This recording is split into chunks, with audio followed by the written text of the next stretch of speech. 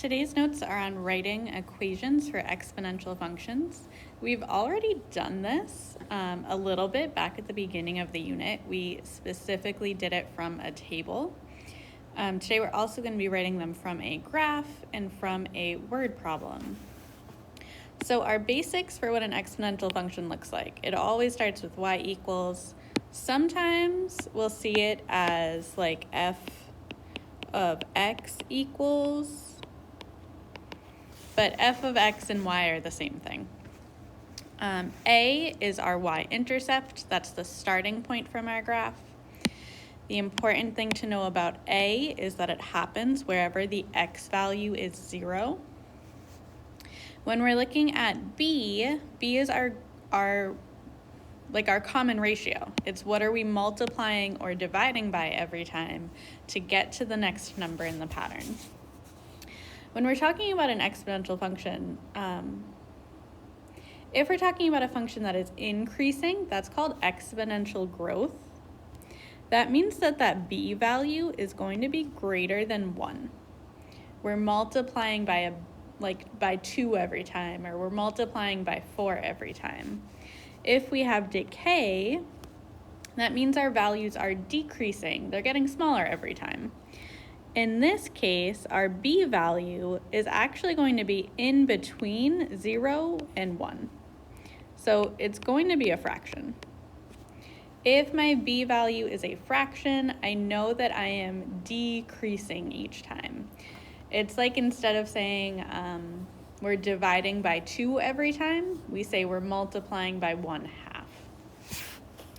So in our first one here, when I look at my table, first thing I'm going to look at, is my table showing exponential growth or decay? When I look at my y values here, they are getting bigger, so I know that's exponential growth. When I'm trying to fill in my equation, I need to know my y-intercept. That happens where x is 0. So my y-intercept for this one, my a value, is 1. When I'm looking for my growth factor for b, I'm looking for what am I multiplying by to get from one number to the next in the table. Well, and in this case, we're multiplying by 2. So when I'm writing my equation, I know it's going to look like a times b to the x, and I fill in, I know a is 1, b is 2.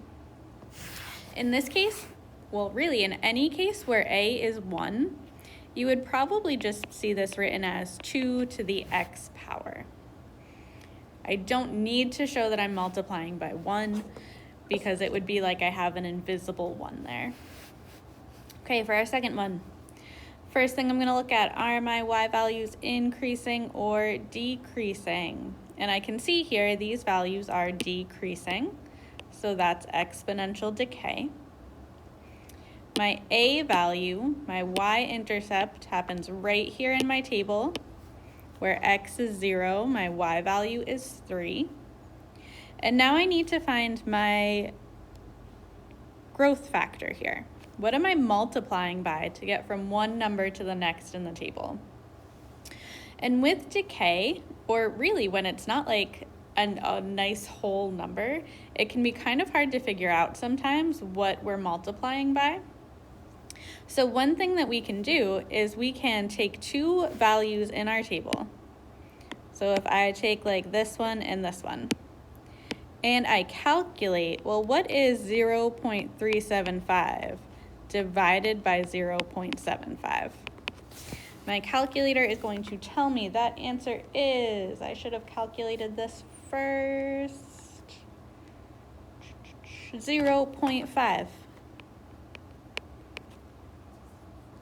What that tells me is to get from 0.75 to 0.375, I had to multiply by 0.5. And I can check and make sure that works for everything else. If I put in my calculator 3 times 0.5, am I getting 1.5? Yeah. If I put in 1.5 times 0.5, do I get 0.75? Yes. So that tells me my decay factor is 0.5. I can either leave that as 0.5 or I could write it as a fraction as 1/2. They are the same thing, it does not matter.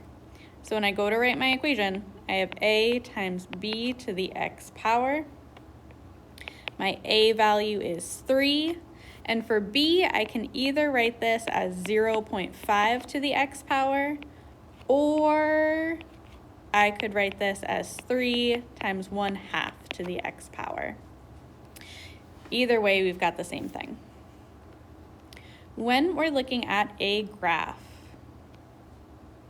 I know I have growth if my values are increasing, which is what's happening here. When I'm trying to find A is the y-intercept. So on my graph, that point that I just highlighted is the y-intercept. It's right in between 4 and 6, so my y-intercept is 5. Now when we're trying to find our growth factor, I think the easiest thing to do is take those points that we can see on the graph and make a quick little table. So if I look at my y-intercept and those 2 points, and I make myself a quick little table here. My y-intercept is at 0.5. That next point is at 110. That third point I can see is at 220. So what I'm looking for is, how do I get from one number to the next in my table? Well, now I can see that it's multiplied by 2. So when I write my equation for this one, my a value is 5. My b value is 2. Okay, next one, same deal. I'm gonna look at my table. Oop, nope, I'm gonna look at my graph. What's happening here? I am decreasing. That means this is exponential decay. That tells me that when I'm looking for that b value, it should be a fraction. It should be less than 1. But up first, I'm gonna find my y-intercept. In this case, my y-intercept is at 4.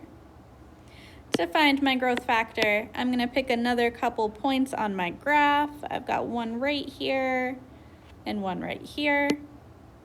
I'm gonna fill in my table. Let's see, my first one is at -1, +8. The next one is at 0.4. That third point I highlighted is at 1, 2.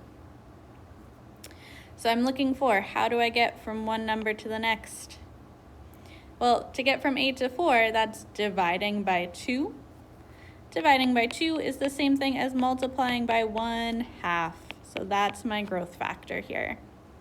So my equation for this one, y equals 4 times 1/2, well, I'm gonna put that in parentheses, to the x power.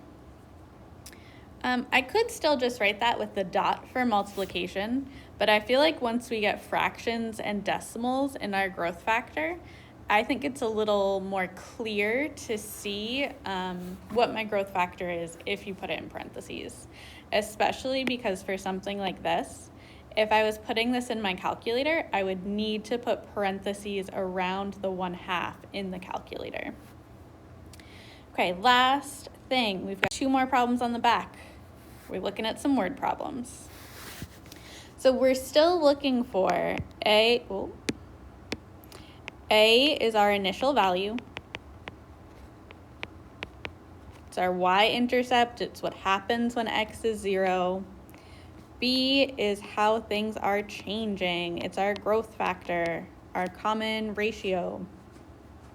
So when I read my word problem, I'm looking for an initial value and how things are changing.